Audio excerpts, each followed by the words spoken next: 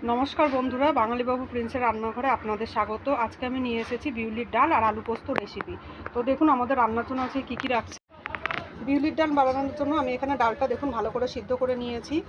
ফোড়নের জন্য নিয়েছি মৌরি, তেজপাতা, শুকনো লঙ্কা, এখানে আছে আদা মৌরি বাটা, হলুদ গুঁড়ো আর লবণ।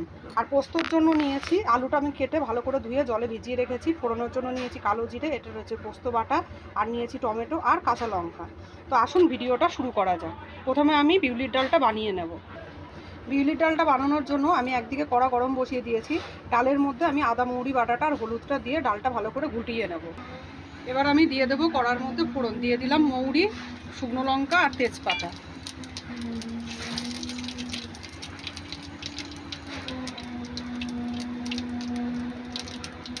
ফোড়নটা হয়ে গেলে এর মধ্যে আমি ডালটা দিয়ে দেবো। বাটিটা ধুয়ে আমি অল্প একটু জল দিয়ে দেবো এর মধ্যে।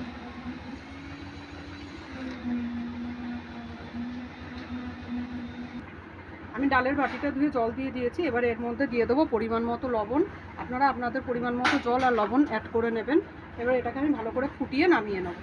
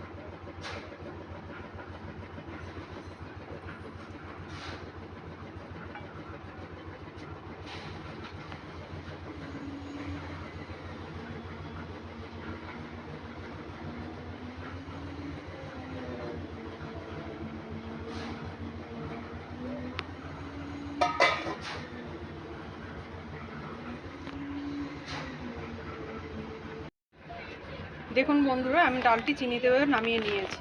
দেখুন আমার ডালটা এরকম হয়েছে। আপনারাও এভাবে বানিয়ে দেখুন, নিরামিষের দিনে অবশ্যই ভালো লাগবে। এবার আমি আপনাদেরকে পোস্ত রেসিপিটা দেখাবো।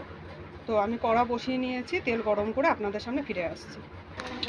আমি সরষের তেল গরম করে নিয়েছি। এবার আমি কালো জিরাটা দিয়ে দিলাম ফোড়নে, আর দিলাম কাঁচা লঙ্কাটা।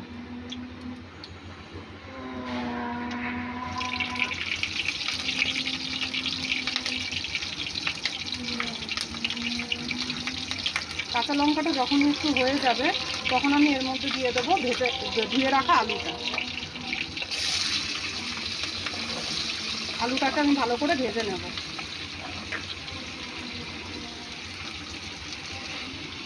আলু ভাজার সময় দিয়ে দিলাম অল্প একটু লবণ।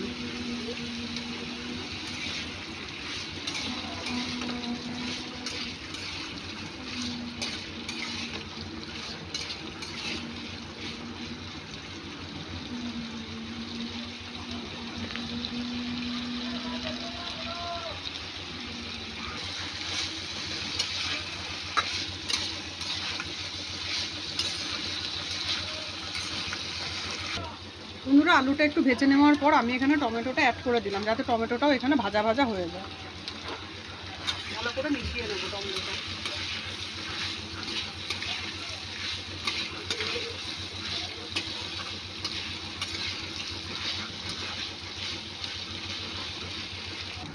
বন্ধুরা, আমি এখন দিয়ে দিলাম পরিমাণ মতো হলুদ আর একটু লবণ। এটা দিয়ে ভালো করে নেড়ে এবার এর মধ্যে আমি জল দিয়ে দেবো। হলুদটা অপশনাল, আপনারা হলুদটা দিতেও পারেন, নাও দিতে পারেন।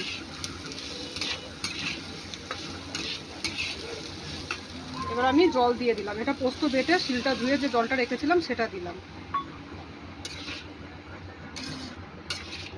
আমি এর মধ্যে আরেকটু জল অ্যাড করে নেব। বন্ধুরা, আমি আরও একটু জল অ্যাড করে নিয়েছি। এবার এটাকে আমি আলুটা পুরোপুরি সেদ্ধ করে নেব ভালো মতো করে। দেখুন বন্ধুরা, আলুটা আমি সেদ্ধ করে নিয়েছি। এবার এর মধ্যে আমি দিয়ে দেবো পোস্ত বাটাটা।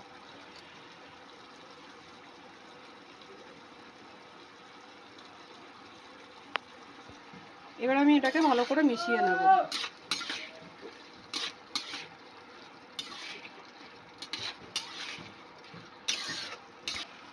বন্ধুরা, স্বাদটা ব্যালেন্স করার জন্য আমি এখানে দিয়ে দিলাম সামান্য একটু চিনি।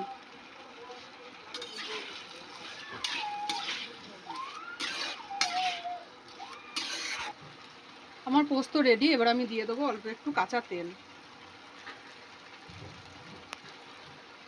কাঁচা তেলটা অবশ্যই দেওয়ার চেষ্টা করবেন, এতে পোস্তর স্বাদটা অনেকটাই বেড়ে যায়। আমি ভালো করে নেড়ে পোস্তটাকে নামিয়ে আপনাদের সামনে ফিরে আসছি। দেখুন বন্ধুরা, আমাদের বিউলির ডাল আর আলু পোস্ত রেসিপি রেডি।